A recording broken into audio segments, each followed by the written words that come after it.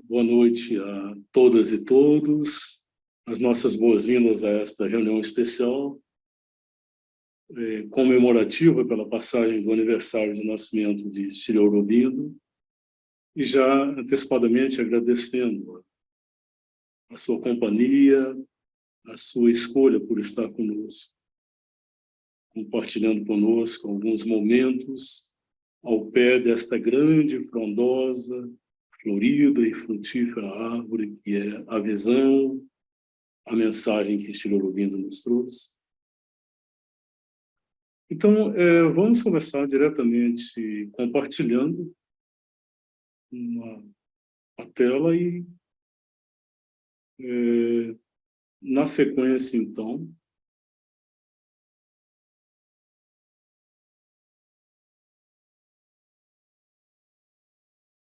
contemplemos por alguns instantes este semblante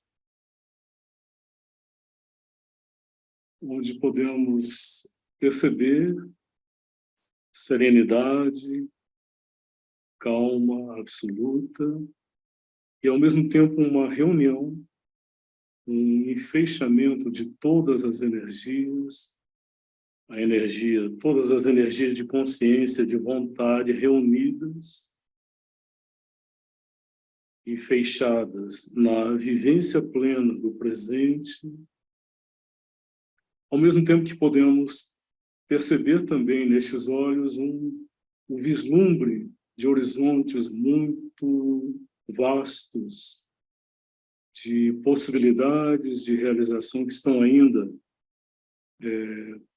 presentes como possibilidades latentes, mas que esta visão pode ver como uma realidade a se manifestar num futuro mais próximo, mais distante, e que se propõe a trazer-nos algo desta visão, a oferecer-nos, tornar mais próximos a nós,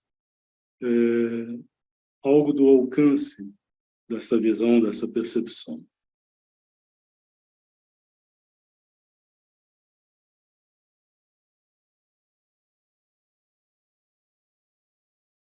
Como uma preparação para o trabalho que faremos e que vai solicitar uma disponibilidade para ver, ouvir, contemplar. Então, faremos um exercício inicial, como que de afinação dos nossos instrumentos, de ver, de ouvir, de sentir, de perceber, sobretudo de aquietar-nos para acolher, fundo em nós. Então, vamos procurar, tanto quanto possível, aquietar, reunir nossas energias, energias vitais, através, inclusive, da ajuda da respiração, a respiração que acontece de forma tranquila, cada fase se completando, sem nenhuma pressa, nenhuma ansiedade. E com a ajuda da respiração, as energias de vida vão se aquietando, o corpo se aquieta de forma relaxada, na mente, criando um espaço de quietude, de abertura, de receptividade, para os sons, a música que vamos receber, as imagens que vamos contemplar.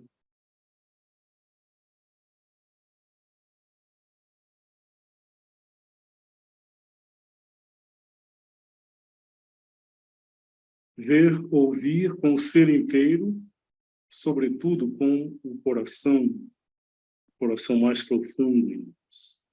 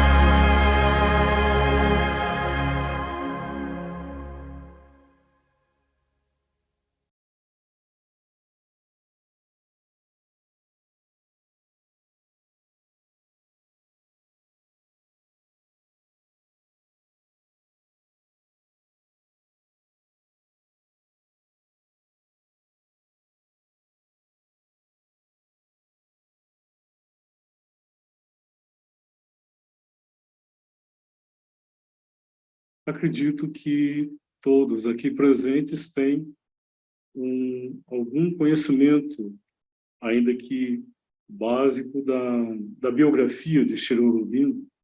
Então, acho que não precisamos aprofundar isso hoje. Apenas em brevíssimas linhas, né? Relembrar que ele nasceu em 15 de agosto de 1872, na Índia. Aos 7 anos, foi mandado para a Inglaterra e lá permaneceu até os 21 anos de idade.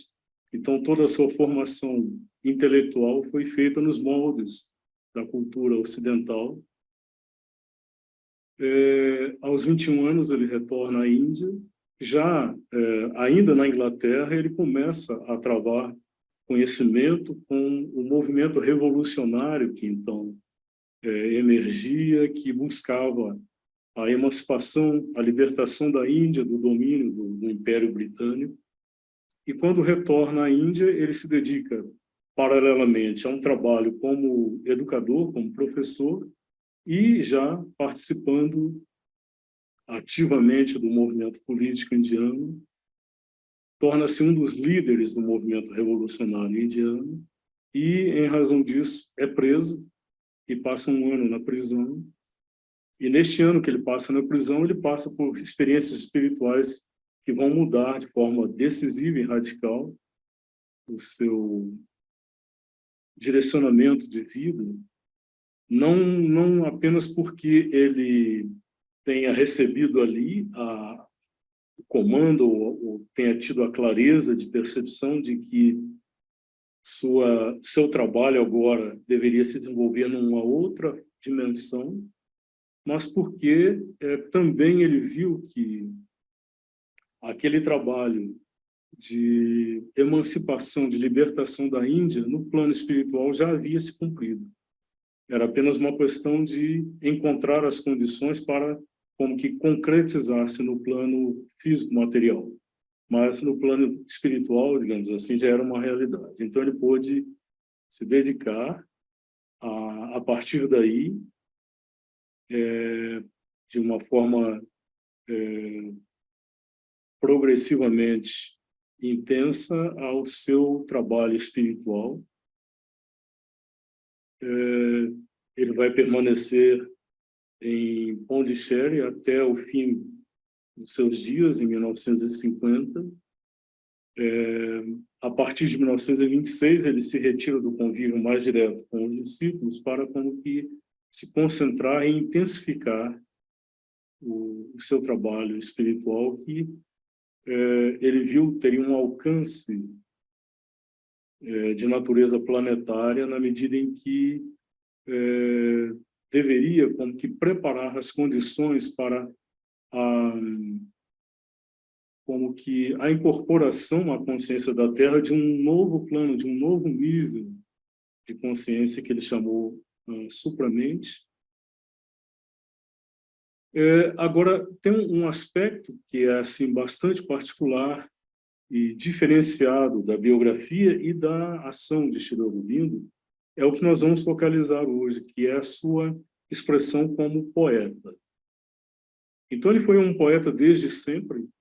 Quer dizer, na Inglaterra, inclusive, estudou letras e línguas ocidentais, línguas antigas, de modo que pudesse ler o grego, os poetas gregos e latinos no original. Então, ele foi desde sempre e até o último dia um poeta, já que o último trabalho exterior a que ele se dedicou foi a revisão do poema Savitri, e ao longo de toda a sua vida ele escreveu poesia, não apenas como um exercício digamos assim, criativo, de expressão criativa, estética, artística, mas como um meio, um veículo de expressão das suas vivências mais interiores, espirituais, de tal modo que, através da poesia, fosse possível como que expressar algo que, de certa maneira, pela sua natureza, fica além do plano da expressão. Algo que, de certa maneira, a música faz, que é dar expressão àquilo que a linguagem verbal lógica não alcança, não abrange. Então, a poesia tem esse mesmo poder. Então, ele vai como que... E, de certa forma, recuperando algo da tradição espiritual indiana mais ancestral, então, dos Vedas. Nós sabemos da existência dos chamados rishis, os videntes védicos, aqueles que viam aspectos da realidade e davam expressão como que simbólica, já que a linguagem da época, a expressão da consciência da época talvez não pudesse abarcar outra forma de expressão. Então, o que eles escreviam tinha uma forte conotação simbólica, alegórica, com imagens, mas particularmente a expressão através do ritmo. Então, é uma expressão mântrica, por assim dizer, em que o ritmo da linguagem, da expressão é tão importante e, de certa forma, exerce um poder tão mais efetivo do que o próprio conteúdo daquilo que é vertido nesta linguagem.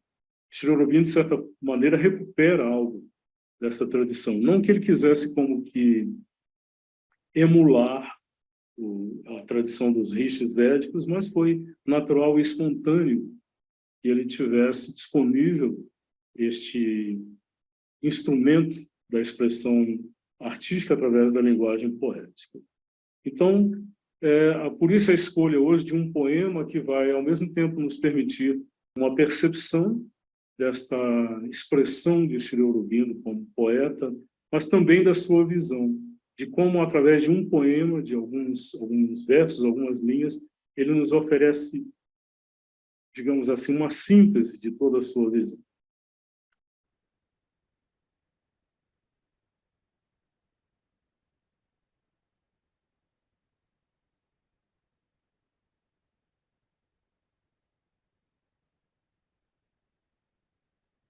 Rosa de Deus, rubra mancha nas safiras do céu, rosa da alegria, doçura de fogo, com as 7 cores dos 7 êxtases.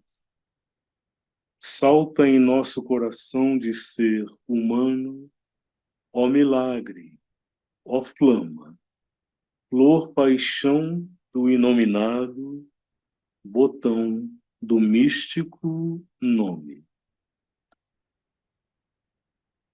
Rosa de Deus, grande florescer de sabedoria nos cumes do ser, rosa da luz, centro imaculado da visão última. Vive na mente de nosso ser da terra, ó mistério de ouro, flor, sol sobre a cabeça do sem tempo, hóspede da hora maravilhosa. Rosa de Deus, força damasco da infinidade, ícone vermelho poderoso, rosa do poder, com teu halo de diamante perfurando a noite. Incandesce na vontade do mortal, executa a maravilha de teu plano. Imagem do imortal, irrupção da divindade no homem. Rosa de Deus, púrpura apaixonada pelo desejo divino encarnado. Rosa da vida, carregada de pétalas, lira da cor. Transforma o corpo do mortal como uma doce e mágica rima entre nosso ser da terra e ser do céu, faz a ponte, torna sem morte as crianças do tempo. rosa de Deus, como um rubor de êxtase na face da eternidade. Rosa do amor, profundeza rubi de todo ser, paixão, fogo da graça. Ergue-te do coração do anseio que soluça no abismo da natureza. Faz da terra a morada do maravilhoso e da vida o beijo da beatitude.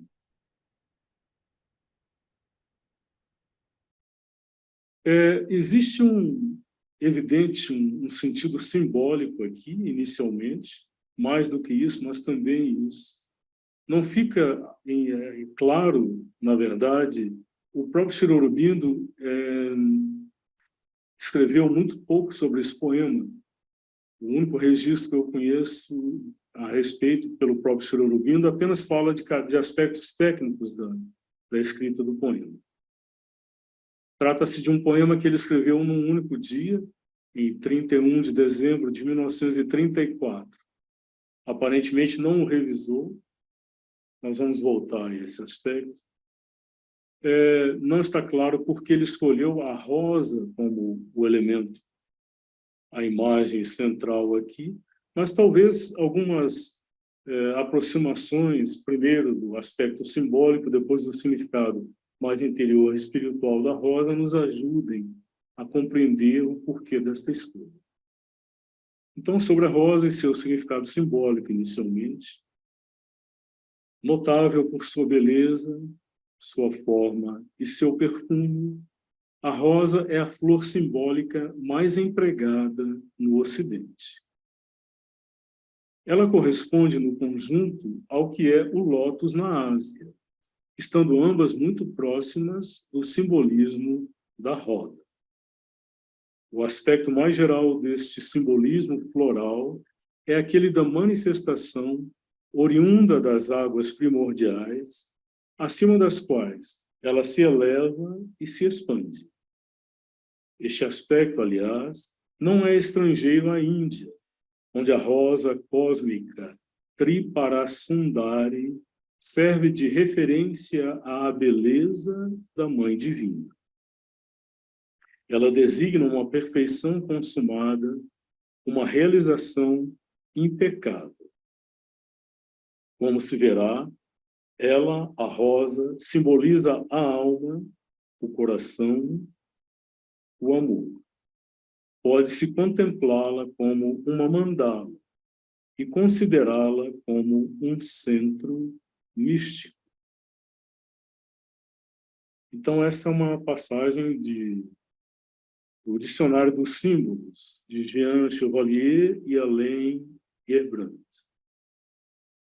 Então, aqui já algumas aproximações que talvez nos deem indicações. Não que Sri Aurobindo tivesse provavelmente estudado o simbolismo associado à rosa, embora ele certamente conhecesse, por exemplo, a maneira como Dante, na Divina Comédia, na última parte do Paraíso, ele descreve e mostra como que a estrutura hierárquica, por assim dizer, do paraíso e daqueles que o habitavam, como uma grande rosa, uma grande mandala, por assim dizer, na forma de uma rosa.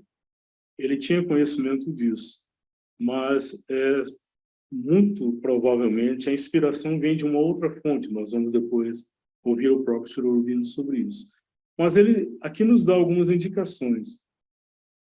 Então ele nos diz que, embora no Ocidente a rosa tenha tido, na tradição espiritualista, oculta, um largo emprego como metáfora, como imagem, como símbolo, ela, de certa forma, corresponde ao que na Ásia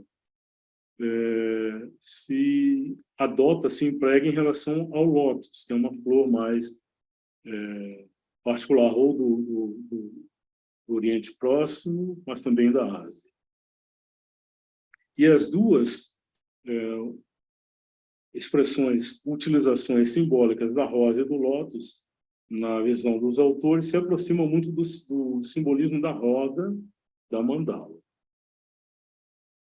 Segundo eles, o aspecto mais geral deste simbolismo floral, seja da rosa ou do lótus, é aquele da manifestação oriunda das águas primordiais. Então, aquela visão, né, de que a criação surgiu da ação que o Espírito exerceu sobre as águas primordiais, e a partir daí emerge, eleva-se uma criação e se expande. E ele, então, eles prosseguem, este aspecto, aliás, não é estrangeiro à Índia, onde a rosa cósmica Triparasundari serve de referência à beleza da Mãe Divina. Aqui talvez eles nos deem uma chave para a compreensão do porquê Sri Aurobindo escolhe a rosa. Então, não apenas uma expressão da Mãe Divina, que esse, na tradição espiritual indiana, e como Sri Aurobindo nos mostra, é como que o aspecto criativo, o aspecto criador do ser divino. Eles veem como um aspecto feminino, como a Mãe Divina. Então, a menção aqui não apenas ao princípio criador, criativo, mas também à beleza que emana deste princípio da Mãe Divina.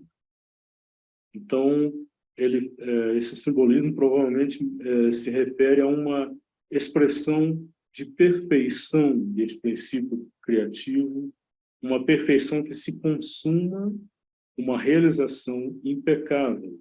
Então, este é um aspecto que nós vamos ver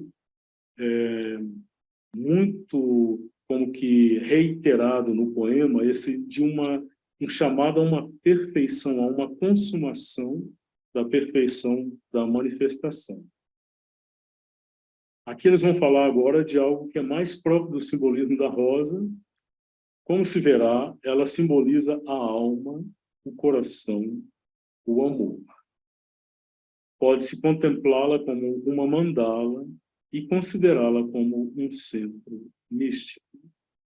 Nesse momento em que eles mencionam que a rosa pode simbolizar, quer dizer, o símbolo é uma forma que como que condensa um significado, não é apenas uma alegoria mental que se associa um determinado significado a uma determinada forma, mas um símbolo é algo mais completo, mais complexo, mais como que traz uma realidade em si, de manifestação de uma realidade interior.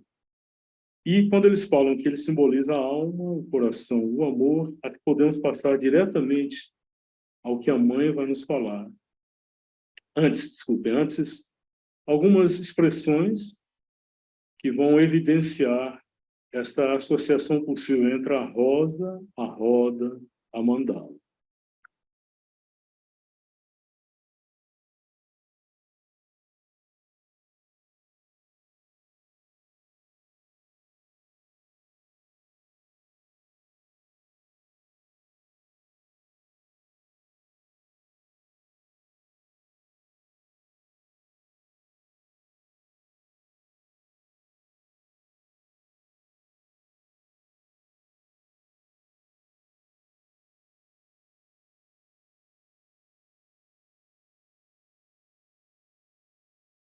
Então, retomando aqui, a rosa com essa estrutura tão perfeitamente arranjada, não? Em que as pétalas claramente se organizam em torno e a partir de um centro, e daí vão eclodir, vão desabrochar, como um potencial interior que se abre e se revela, e se doa na revelação,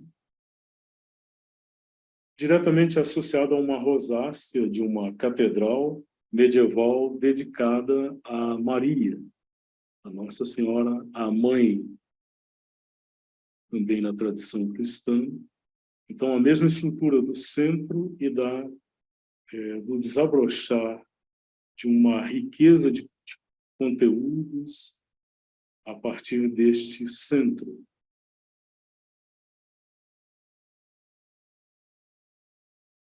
A mesma estrutura que encontramos aqui no teto de uma mesquita, islâmica.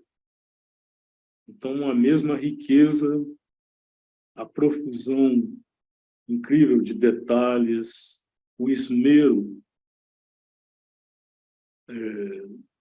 e a forma perfeita com que este teto foi pacientemente trabalhado, mas também sugerindo esta expansão, este desabrochar, esta irradiação a partir do centro.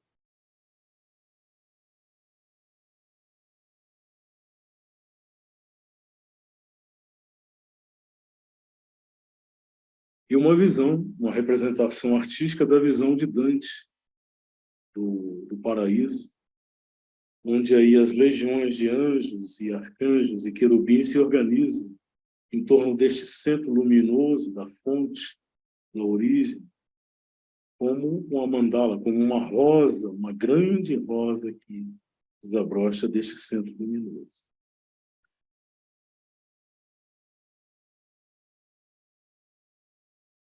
Então, passamos diretamente a o que alguns possíveis significados espirituais da rosa. Então, não apenas mais o simbolismo, mas algo que é próprio, que é inerente à essência da rosa. Nós sabemos que a mãe fez um trabalho, dedicou alguns anos da sua vida e do seu trabalho a uma identificação, digamos assim, um conhecimento por identidade com a essência do reino vegetal, das plantas e, sobretudo, das flores. Porque nós já ouvimos dizer que a flor é como que a primeira manifestação, o primeiro surgimento, o primeiro florescer do psíquico, do reino psíquico na matéria. Isso se dá de uma forma mais perceptível, mais visível no reino vegetal, nas flores. E ela aí vai identificar que a vibração essencial da rosa é o amor pelo divino. Então, essa primeira expressão, amor pelo divino. O reino vegetal reúne suas mais belas possibilidades para oferecê-las ao divino. Um desdobramento, amor do divino. Então, primeiro, amor pelo divino, amor do divino. Então, ela diz, há somente um amor verdadeiro, o amor que vem do divino. Nos seres humanos, ele se torna amor pelo divino. Então, na sua essência, o amor é algo que vem desta dimensão da origem, da dimensão do próprio ser divino. E aqui, na manifestação, ele vai adquirir múltiplas formas. A mãe também vai nos dizer que já na organização do reino mineral pode-se identificar a vibração do amor, aquela energia, aquela força responsável pela coesão entre átomos, que vai possibilitar a formação de moléculas, que, por sua vez, possibilita a estruturação organizada da matéria. Depois ele vai encontrar formas de expressão no campo, no reino vegetal, depois também no reino animal e, por fim, no reino humano. No reino humano, ele pode ser como que uma expressão consciente, uma canalização consciente, por assim dizer, dessa vibração, dessa força universal onipresente, mas, de certa maneira, diluída. No ser humano, ela pode ser condensada, concentrada e direcionada ao divino, não apenas a um divino abstrato, distante, transcendente, mas a expressão do divino em tudo. Em tudo, em todos. Mas é a busca da percepção e da identificação com esta essência, transcendendo as suas formulações, seus disfarces, suas máscaras, suas distorções. É algo que Sri Aurobindo expressa quando ele escreveu: o amor em todas as formas de adoração é uma força espiritual. Amor pelo mais alto e a entrega total são o caminho mais direto e rápido para a unidade divina. Então, é como se houvesse um propósito, por assim dizer, na criação, quando houve essa emanação dessa força do amor, e ele vai encontrar na consciência humana essa possibilidade de canalização mais consciente, quando o ser humano se torna capaz de estabelecer esta abertura, este diálogo,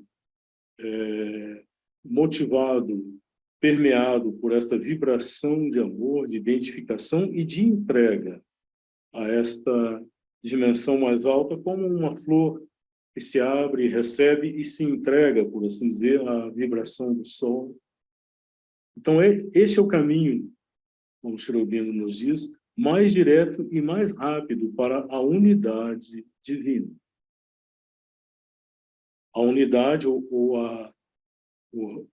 reencontro, a redescoberta da unidade, primeiro na dimensão individual, mas que vai naturalmente, organicamente, inevitavelmente se espraiar para a expressão da interação desta consciência individual com o mundo, com o todo, com a coletividade. Então, a rosa é como que uma expressão desta vibração de amor voltado para como que a sua origem, a sua fonte. Então, nesse trabalho de identificação que a mãe faz, ela vai fazer uma distinção, como que variações dessa vibração essencial do amor, de acordo com a natureza de cada rosa, com a cor, a própria cor de cada rosa, expressando como que uma vibração mais particular, uma variação mais particular dessa vibração central do amor. Nós poderemos depois abordar isso. Amor que, na visão de Sri Aurobindo, é a força espiritual que assegura o caminho mais direto e rápido e seguro para o reencontro da unidade. Então, isso vai ter no caminho que Sri Aurobindo e a mãe propõem um aspecto central.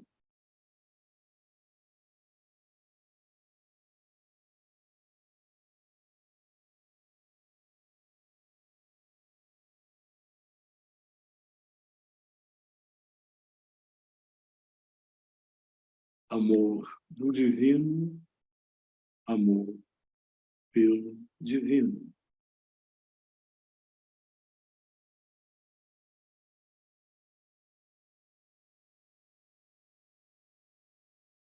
Uma outra vibração que a mãe identificou também em algumas espécies de rosa é a vibração da entrega. Este ato, esse gesto, surrender no inglês, entrega, como já pontuamos, não é uma tradução, não é melhor, mais abrangente desse termo, mas significa uma abertura, uma oferenda de si, e é o que nós vamos ouvir. Querer o que o divino quer é a suprema sabedoria. Querer o que o divino quer é a suprema sabedoria. Inúmeras passagens vão nos mostrar que esta submissão não significa um abdicar da liberdade individual. Na verdade, o contrário, é a consumação da liberdade individual em que ela está em perfeita sintonia e consonância com esta vontade, com esta visão, com esta sabedoria suprema. Então, ela pode mover-se com plena liberdade porque está inteiramente integrada em sintonia, em harmonia com essa sabedoria. E aqui a mãe vai nos colocar mais no nosso nível, quando ela diz: vem então o movimento de auto-oferenda. Aqui estou, uma criatura de qualidades variadas, boas e más, escuras e esclarecidas. como sou, eu me ofereço a ti. Toma-me com todos os meus altos e baixos, impulsos e tendências conflitantes. Faze de mim o que quiseres. Então, ela fala aqui da dimensão humana, mas é interessante lembrar também que determinadas rosas, por exemplo, a rosa vermelha, esse vermelho mais intenso, mais profundo, ela identificou como a paixão que se oferece ao divino, numa auto-oferenda, numa auto-doação amorosa. Então, ela se oferece para ser como que transformada. E é o que ela nos diz aqui. O que cada um de nós pode fazer, se escolher fazer esse caminho da auto-oferenda, oferecer-se tal como é, não dissimulando, não desfigurando, não escondendo nada do que se é, mas como que aquilo que se é, abrir à luz, como se dissesse, aqui estou, uma criatura de qualidades variadas, boas e más, escuras e esclarecidas. Cada um de nós é um feixe, uma mistura muito complexa de movimentos, de qualidades contrastantes, contraditórios, conflitantes. Então, é este feixe que deve ser igualmente oferecido. Assim como sou, me ofereço a ti. Toma-me com os meus altos e baixos, impulsos e tendências conflitantes. Faze de mim o que quiseres. Então, o movimento que ela identificou numa flor de auto-oferenda, ela traduz dessa forma para a dimensão humana, para o estágio em que a consciência da grande maioria de nós está, mas apontando-nos um caminho muito concreto, muito prático de realização.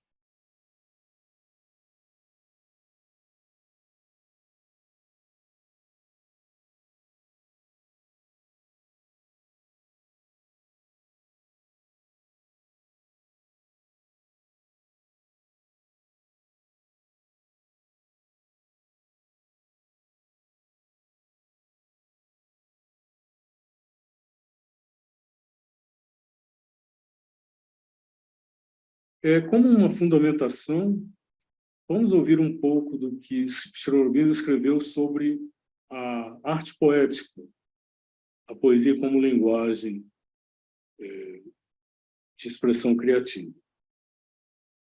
O mantra, a expressão poética da realidade espiritual mais profunda, somente é possível quando três intensidades mais altas da fala poética se encontram e se tornam indissociavelmente uma só coisa. Uma altíssima intensidade de movimento rítmico, uma altíssima intensidade de forma verbal e substância, pensamento, de estilo, e uma altíssima intensidade da visão da verdade pela alma. Toda grande poesia advém de um uníssono destes três elementos. Então, aqui ele já nos fala diretamente da poesia no seu mais alto, a sua possibilidade mais alta, onde ela converge ou se torna uma expressão, uma linguagem mântrica. Mas para que ela seja isso, ela tem que reunir três atributos.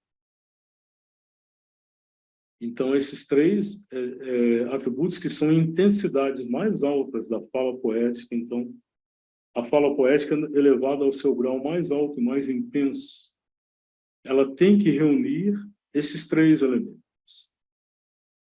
Movimento rítmico, forma verbal, que por sua vez dá corpo a uma substância pensamento, ou seja, o estilo que será próprio de cada escritor, de cada poeta,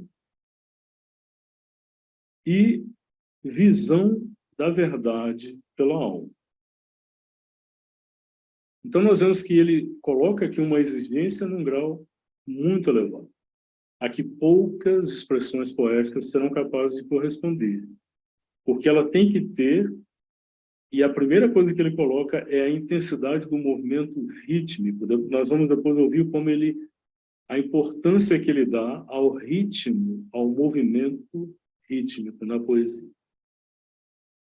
Uma altíssima intensidade de forma verbal e substância pensamento. Então, um alcance de pensamento elevadíssimo, mas que encontra uma expressão verbal muito precisa que lhe dá cor. E o mais importante, o essencial, uma altíssima intensidade da visão da verdade pela alma.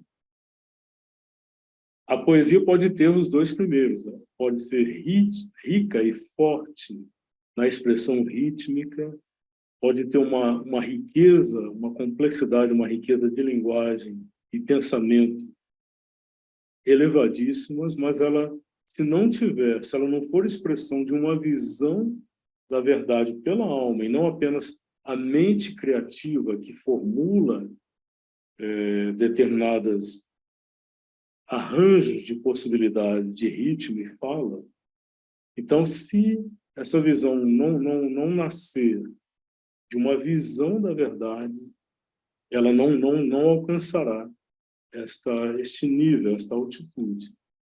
Então, de alguma forma, ele parece falar também daquelas expressões védicas. Talvez lá eles não se considerassem poetas, ou não houvesse a preocupação de ser um poeta que se expressa por uma certa linguagem, mas havia ali a força do ritmo, o movimento, as reiterações, os ciclos rítmicos que estavam nas frases, nas sentenças, nos parágrafos, nas construções. Havia uma formulação verbal e mental muito rica, muito abrangente, mas tudo isso a serviço de uma visão. A alma que via e dispunha de um instrumental de linguagem e de expressão rítmica que lhe desse corpo e expressão poética. Então, isso caracteriza toda a grande poesia, que ela advém de um uníssono destes três elementos. Então, já vemos que o que ele considera grande poesia é um nível bastante elevado, bastante exigente.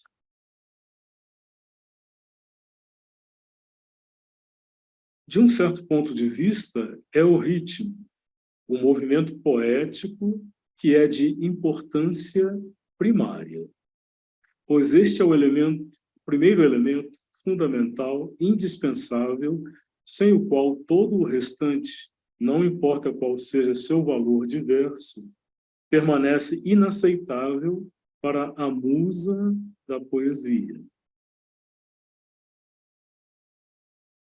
Então, é como se essa musa fosse exigente, exigisse inicialmente, basicamente, primordialmente, a existência de ritmo. Então, poderia haver melodia ou outras articulações, mas sem ritmo, isso não passaria, digamos, pelo crivo desta musa exigente. Um ritmo perfeito, com frequência, irá conferir imortalidade a um trabalho de tênue visão e muito distante das intensidades mais altas de estilo. Então, ele está nos dizendo que se houver um ritmo perfeito, consumado, mesmo que a visão não seja muito aprofundada e o estilo não seja muito pessoal, muito maduro, mas ainda assim, havendo a força do ritmo, isso já pode conferir imortalidade a um trabalho poético. Mas, uma ressalva, não se trata meramente de ritmo métrico, mesmo numa perfeita excelência técnica, que é o que entendemos quando falamos de movimento poético.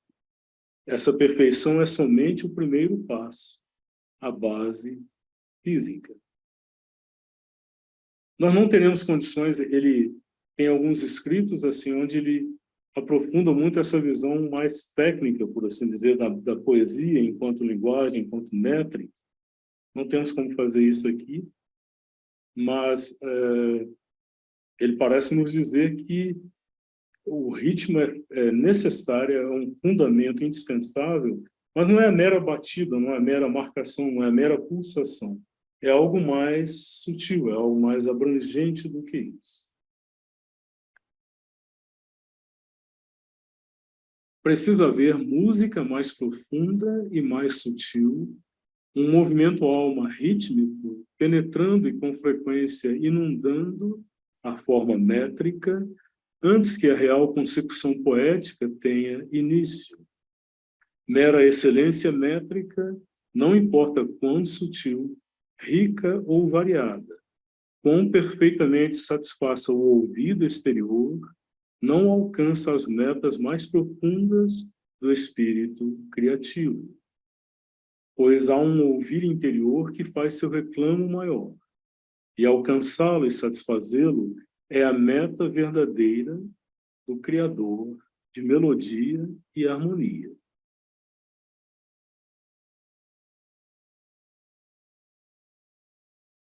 Então, além da pulsação externa, há um ouvido interior que quer como que captar algo, como que de um passo muito mais sutil, que é próprio a dimensão da alma, do espírito, da criação no seu nível mais abrangente.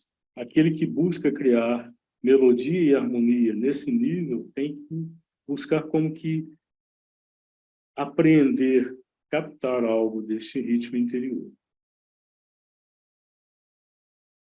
Ele conclui ainda que ritmo é a necessidade primeira da expressão poética, pois é o movimento, som, que transporta em sua onda o movimento, pensamento na palavra. E é o som, imagem musical que mais ajuda a preencher, estender, sutilizar e aprofundar a impressão do pensamento ou a impressão emocional ou vital e a transportar o sentido além de si próprio numa expressão daquilo que é intelectualmente inexprimível sempre. O poder peculiar da música. Então, aqui Sri Aurobindo reconhece que a música tem um poder que lhe é próprio de expressar algo do inexprimível, do inefável. Mas a poesia pode chegar também a isso, desde que ela, como que de alguma maneira, como que incorpore algo da música, que é o ritmo, a melodia, a harmonia, mas basicamente o ritmo.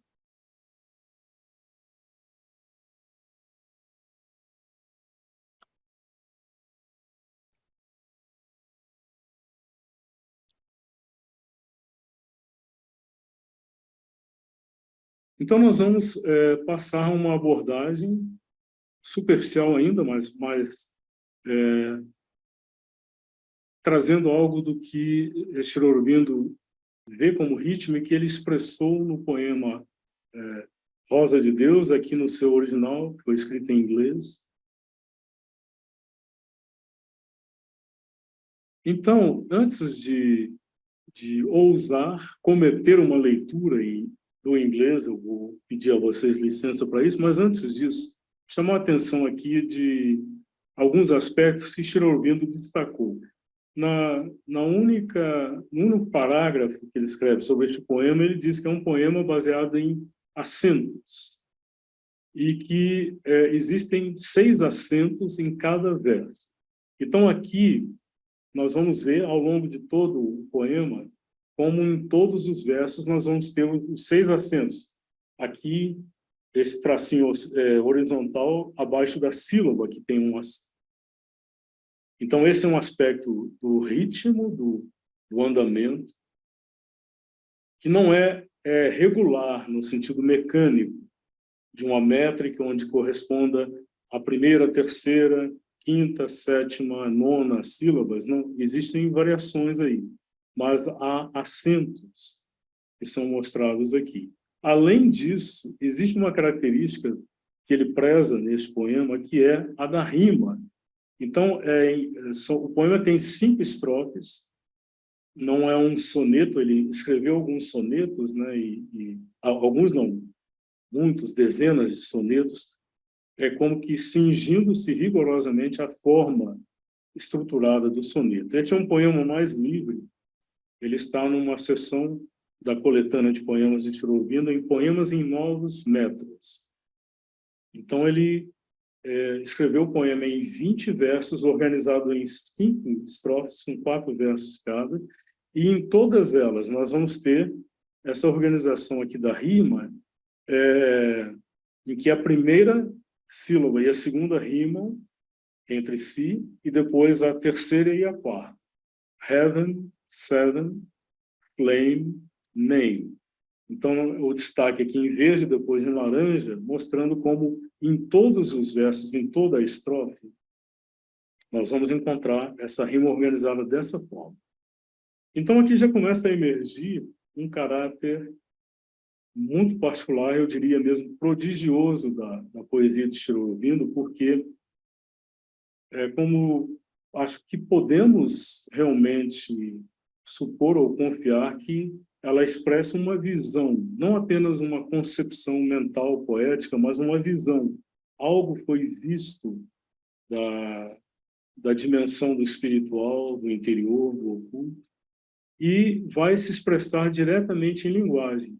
Mas, ao fazê-lo, não se expressa de uma maneira desordenada, desorganizada, caótica. Não, ela o faz com um perfeito rigor na forma. Então, a forma que ele escolhe, a regra que ele estabelece, ele vai obedecer rigorosamente.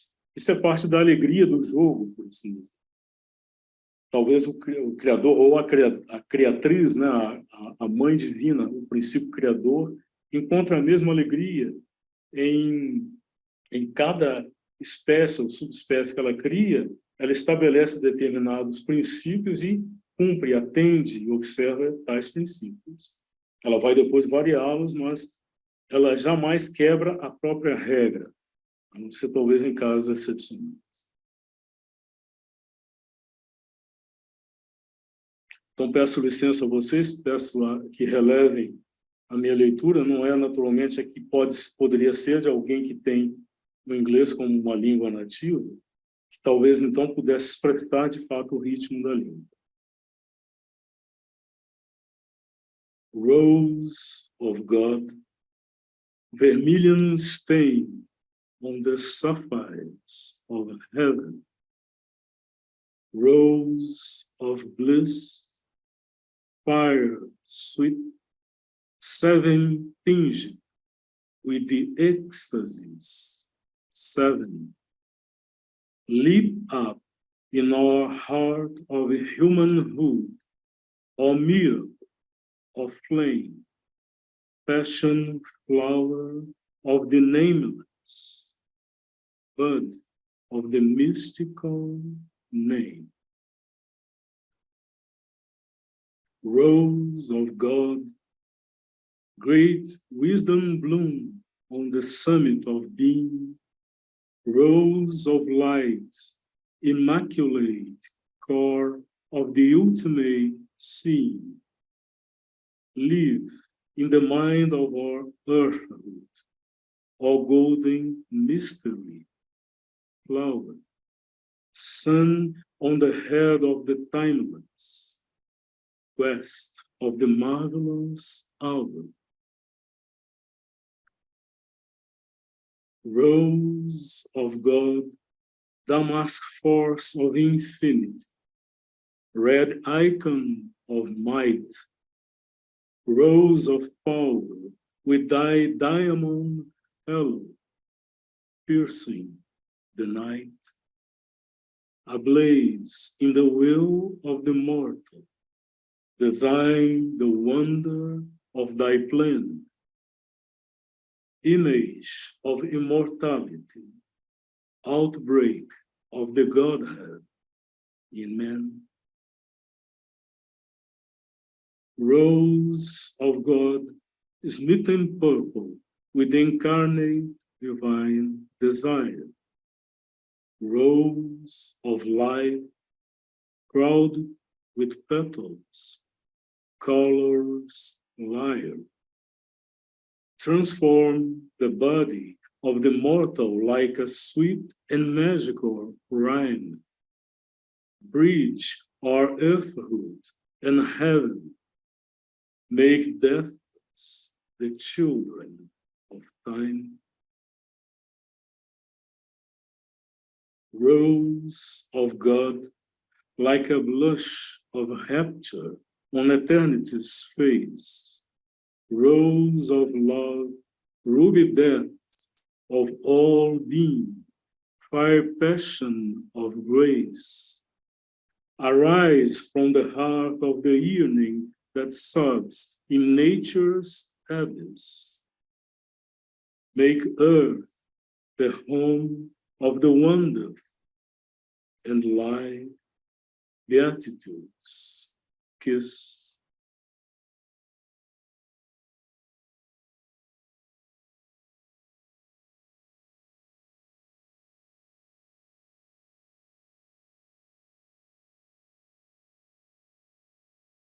Retomamos a tradução, apontando para alguns aspectos a mais da estrutura do poema.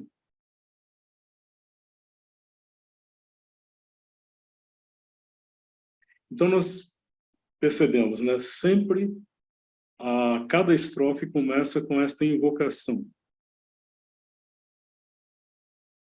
E a cada uma delas segue-se a invocação de um aspecto desta rosa de Deus, rosa da alegria, rosa de Deus, rosa da luz, rosa de Deus, rosa do poder, rosa de Deus, rosa da vida, rosa de Deus, rosa do amor. Então, a insistência rítmica, mântrica, no rosa de Deus, mas a cada vez evocando um aspecto. E no evocar desses aspectos que são evocados, nós vamos perceber que eles não são casuais. Não é também uma enumeração casual, solta destes aspectos, mas existe uma ordem, existe uma sequência que começa da alegria. Aqui nós adotamos a tradução de bliss como alegria. Poderia ser beatitude, êxtase, mas a alegria é algo mais próximo, talvez, da experiência, da nossa experiência humana. Alegria no seu aspecto infinito, não causado por alguma circunstância, mas que existe em si e por si. Na sequência, rosa da luz, rosa do poder, rosa da vida, rosa do amor. Então, isso aqui sugere uma direção descendente. Então, como se da beatitude, de Ananda essencial, da existência subjacente da Ananda essencial, essa sequência que vai se manifestar primeiro como Chit. Então, Ananda já está lá no início, né? Sat e Ananda, Chit, que é luz, que é consciência, luz e, ao mesmo tempo, poder. Isto, por sua vez, vai encontrar uma resposta na forma da vida e na forma do amor.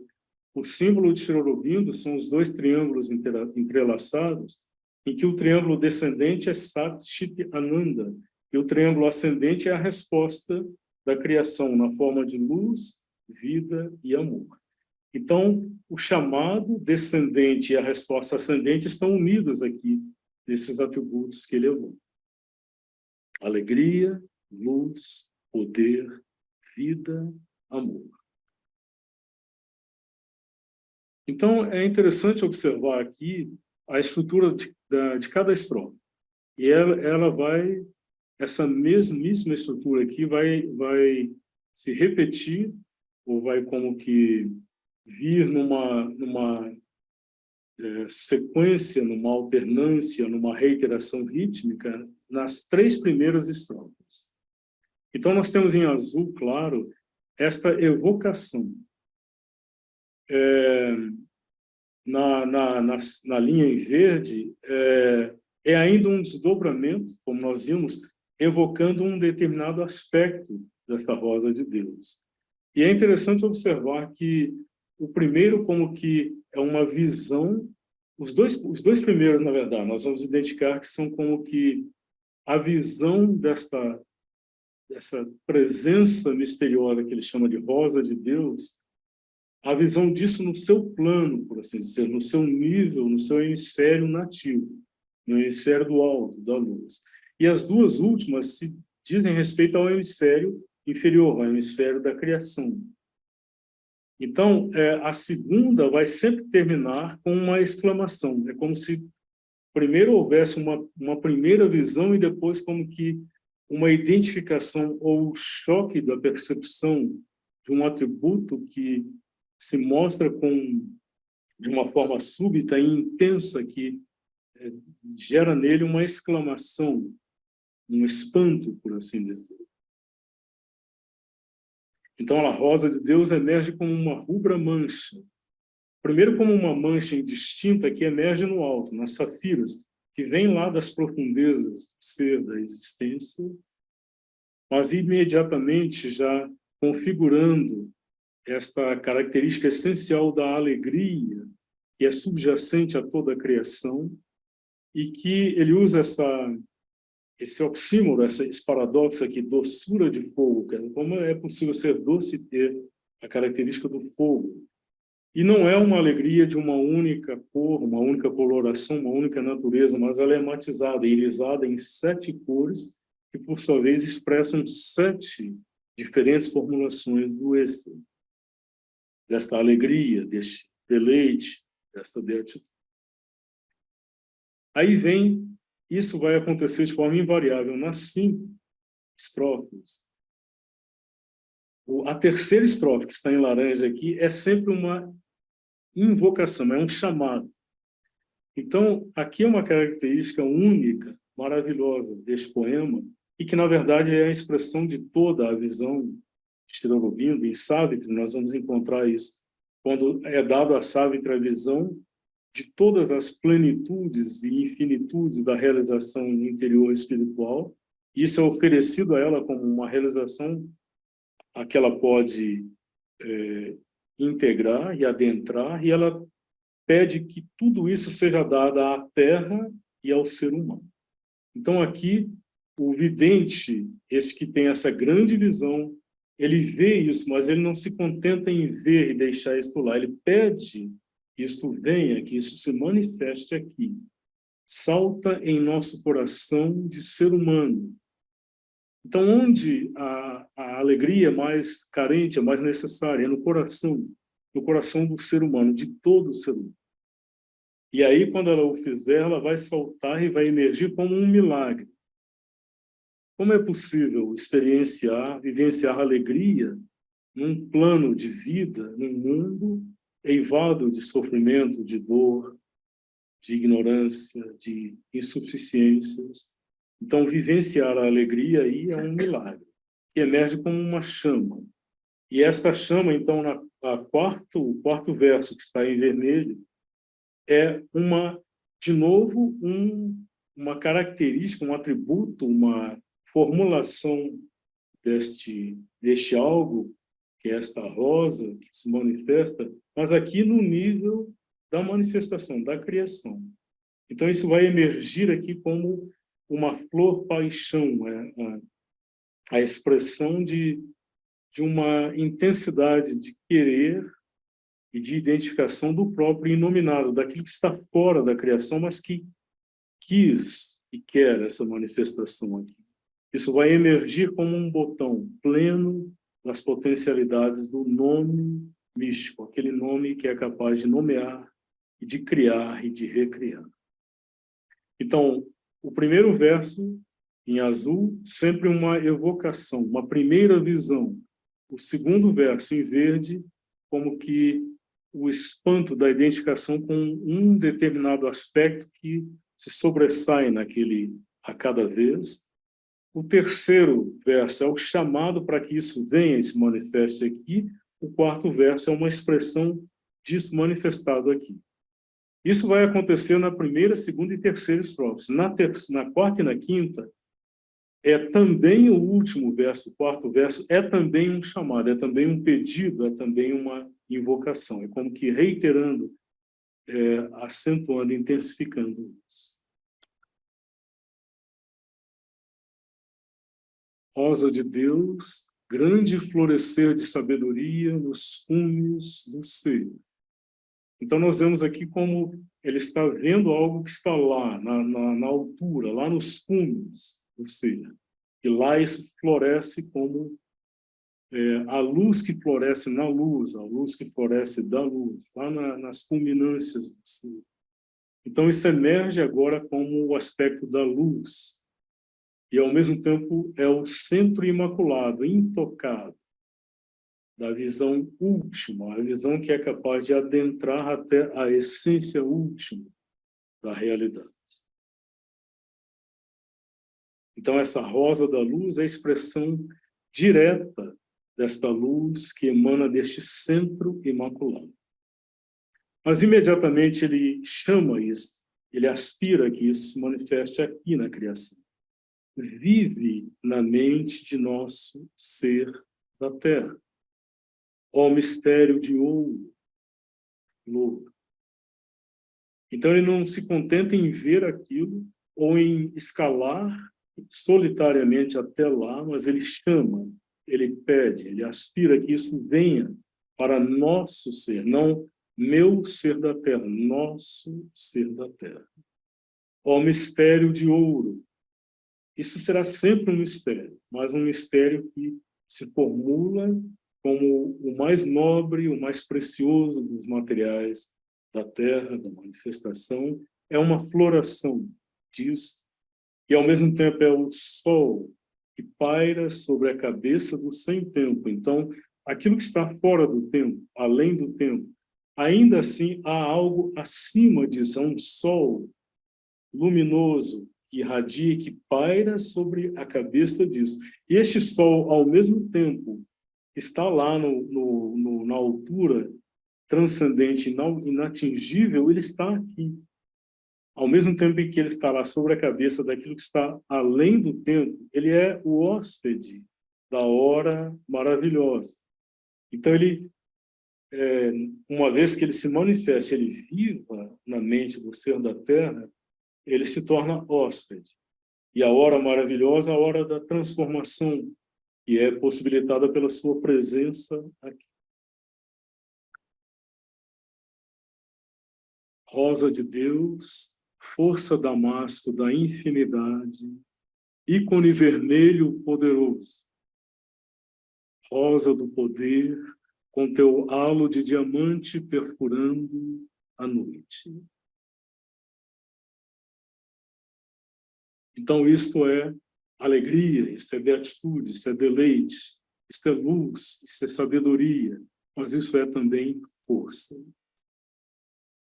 Não fora força, não teria como criar este universo, essa miríade de universos, e sustentarem, se manterem e recriarem-os.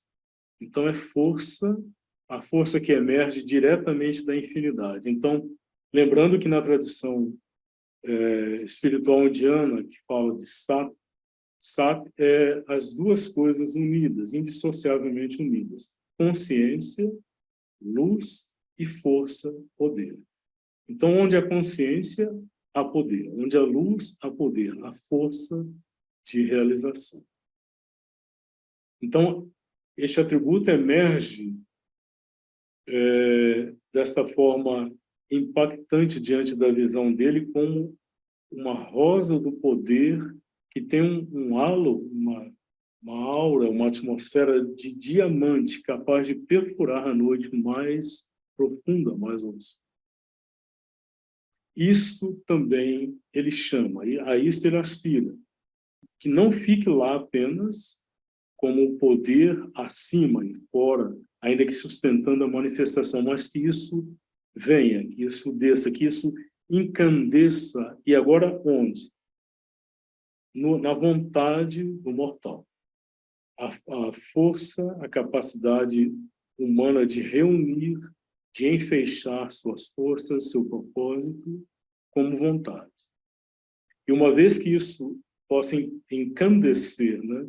Encandecer remete ao metal, né? Que é aquecido até irradiar luz e calor, a sua intensidade máxima, por assim dizer, de calor. E uma vez que ele possa fazer isso, ele estará apto a executar a maravilha do plano, do propósito que é dele.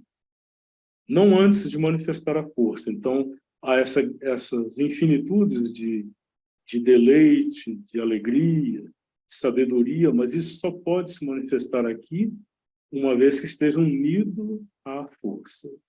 E uma vez que isso se manifeste aqui como poder, isso será também imagem do imortal. Aquilo que não está mais sujeito às limitações do tempo, da mortalidade, a força constantemente renovada, isso vai representar uma irrupção, algo que vem de dentro da dimensão divina no ser humano.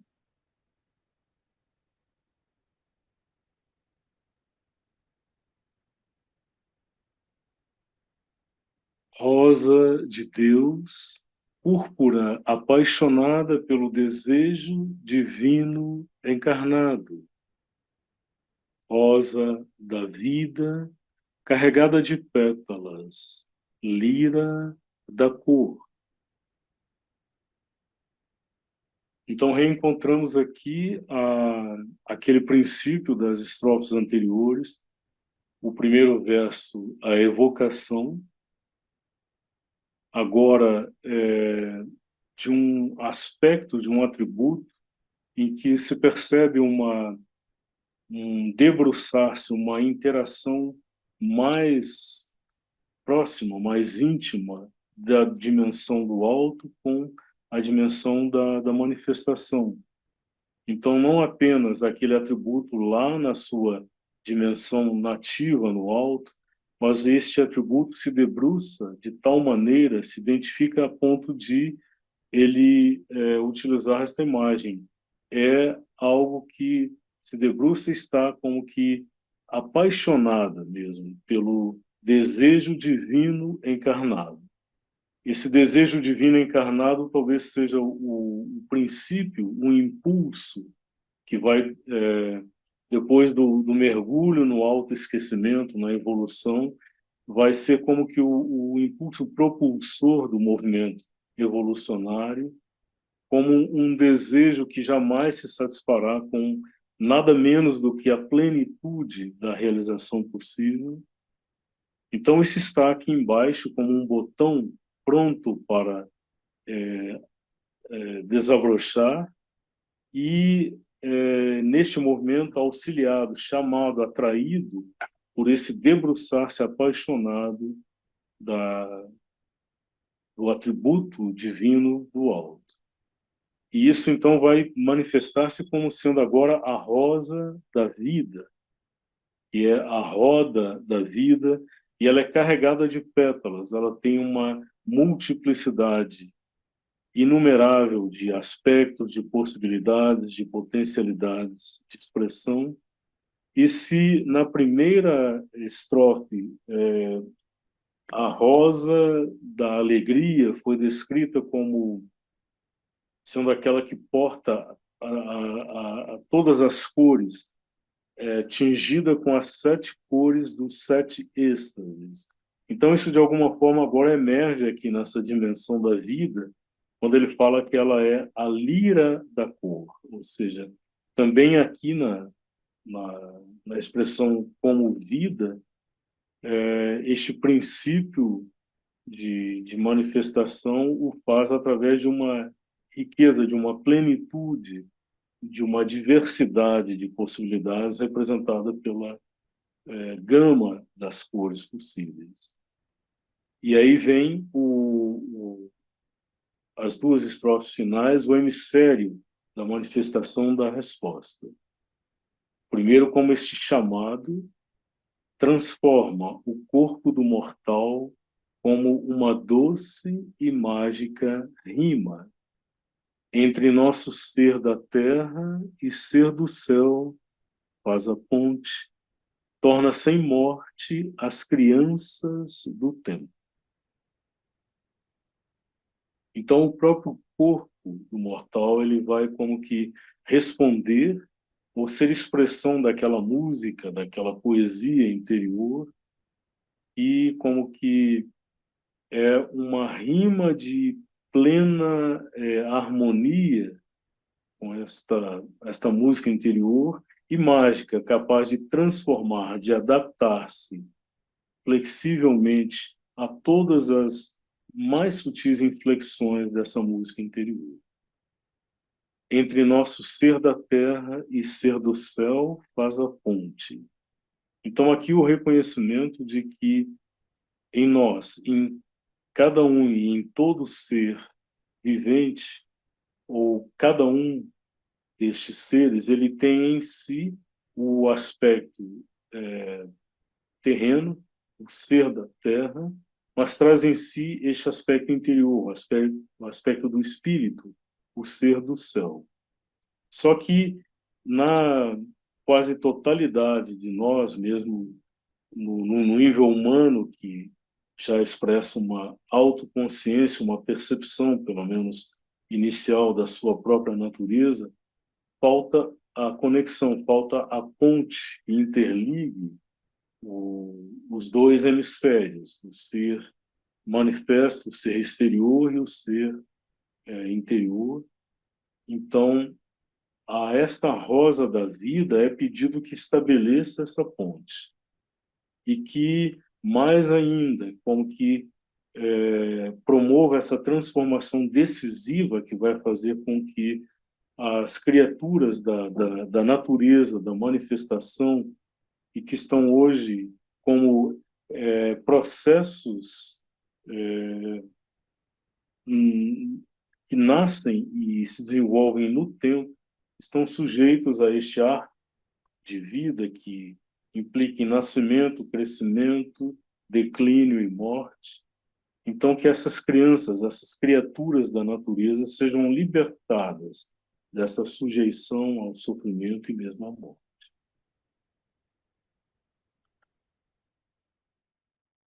E a última estrofe. Rosa de Deus, como um rubor de êxtase na face da eternidade. Rosa do amor, profundeza rubi de todo ser, paixão, fogo da graça. Então, no primeiro verso, ele, de certa maneira, evoca algo daquele primeiro verso da primeira estrofe, quando ele fala que a rosa de Deus é aquela rubra mancha nas safiras do céu.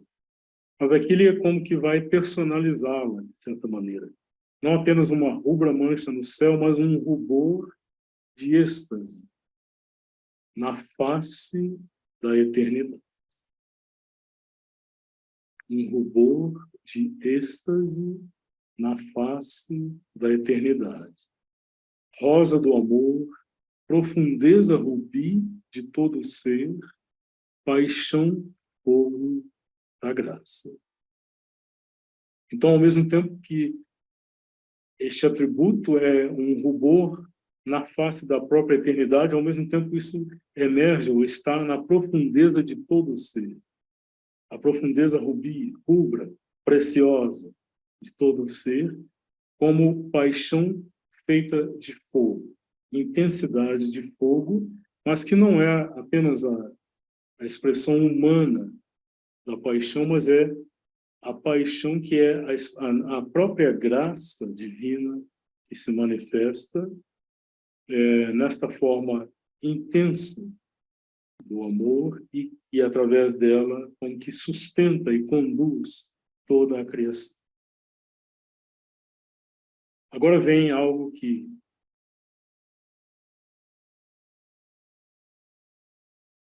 difícil saber se a inspiração humana pode chegar mais alto que isso. E mais fundo ao mesmo tempo. Ergue-te do coração do anseio que soluça no abismo da natureza, Então, aqui ele volta os olhos para o mais fundo, para o próprio abismo de escuridão, de divisão, de confusão, de inquietação da natureza. E lá ele vê que, do caos, há um anseio que soluça. Há algo que está lá, em meio à perdição, mas que anseia. E ele evoca, chama que esta rosa do amor se erga deste coração, deste anseio. E uma vez que ela o passa, ela vai fazer da terra a morada do maravilhoso e da vida o beijo da beatitude. Então, aqui, em toda essa poesia, mas nessa passagem final, nós temos a visão de Sri Aurobindo da criação expressa de uma forma perfeita em algumas poucas palavras e versos. Porque ele vê que a criação terrestre, a criação universal, está destinada a ser ela também morada do maravilhoso. Não uma passagem de sofrimento, uma transição em meio ao sofrimento, à dor, ao caos, na direção de uma saída, de uma libertação, mas não. Ela está destinada a ser ela também morada, não apenas hospedaria, provisória, temporária, mas morada. E ao fazê-lo, ela transformará a vida num beijo da beatitude. Então, se lá no primeiro verso, o êxtase e a beatitude surge como um rubor na face, aqui ela se debruça sobre a criação, e não é apenas mais um beijo, mas um rubor, mas torna-se um beijo, um contato, uma afirmação plena, uma aceitação incondicional da criação, da vida e a sua transformação, a sua transfiguração.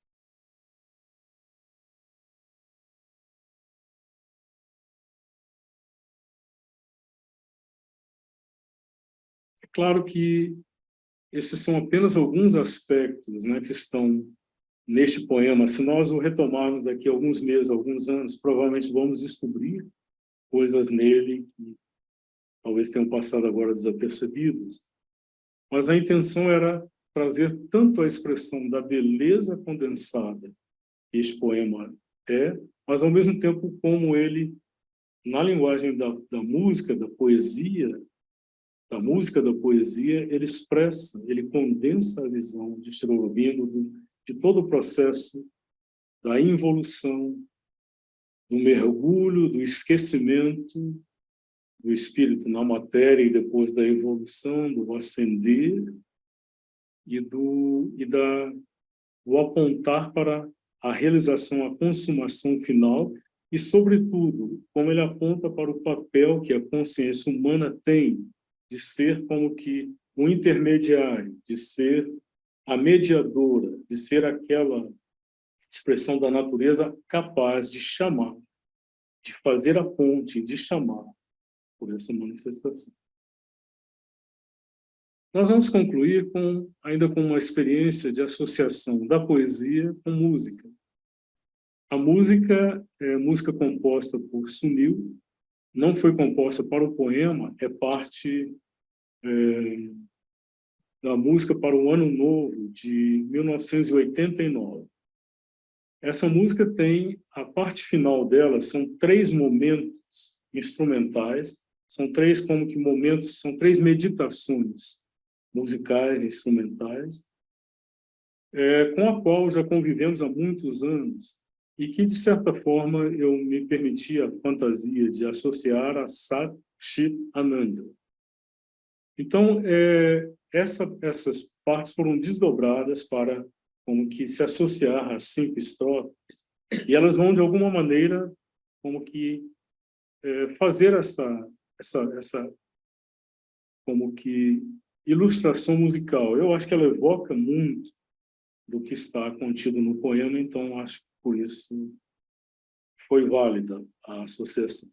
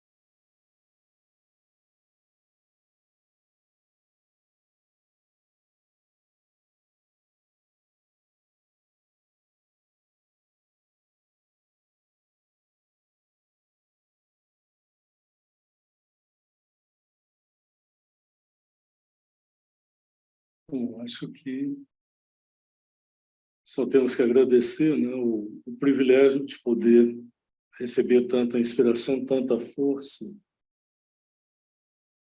de Shri Aurobindo, a mãe.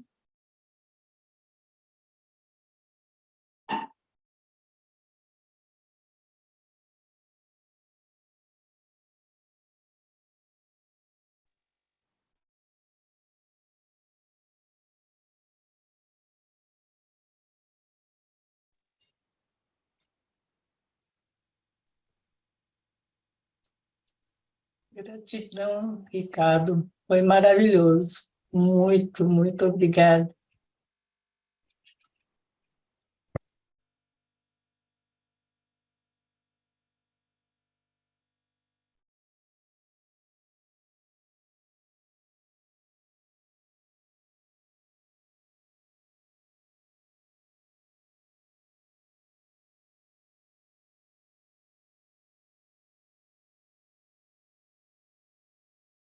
Aproveitar e falar do sábado, Ricardo. Sim, como foi divulgado, esse nosso ciclo Shri Aurobindo Presente prossegue com 2 atividades no sábado, né? Sábado pela manhã, uma atividade mais extensa, que vai de 9 ao meio-dia, com 2 momentos, um momento também de contemplação, partilha, e um momento mais vivencial. Isso também vai ser, depois, a divulgação vai ser reforçada oportunamente. Isso na parte da manhã, focalizando justamente essa visão que a mãe nos oferece das flores como expressão do psíquico, e fazendo uma extensão, uma associação com Auroville e o Matrimandir. Então, teremos a participação da Ariamani também. O segundo momento vivencial, a Rosa, e talvez também eu participando. Na parte da tarde, nós teremos, às 17 horas, uma outra audição também de feição especial, o Rolf lendo um texto da mãe justamente sobre este movimento de entrega. E fechamos esse ciclo no domingo. É uma reunião especial do ciclo, né, abordando também este movimento de chamada e resposta dos hemisférios das dimensões do alto e da terra, com base em Savitri, outros textos de Shri Aurobindo e música.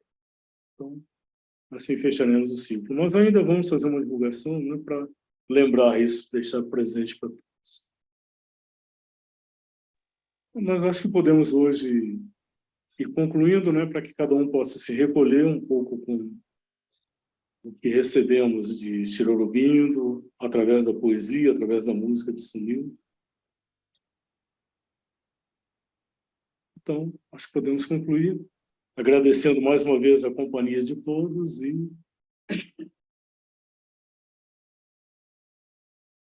desejando uma boa semana, e nos reencontramos no sábado, para quem queira estar conosco. Gratidão. Gratidão, Ricardo. Boa noite, pessoal.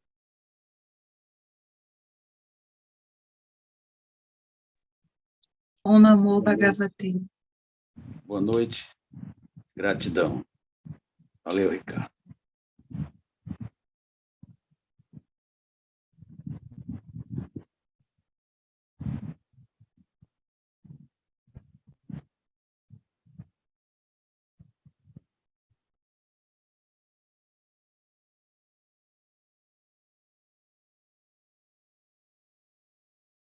Bom, boa noite para todos. Vou finalizar a reunião. Até. Boa noite.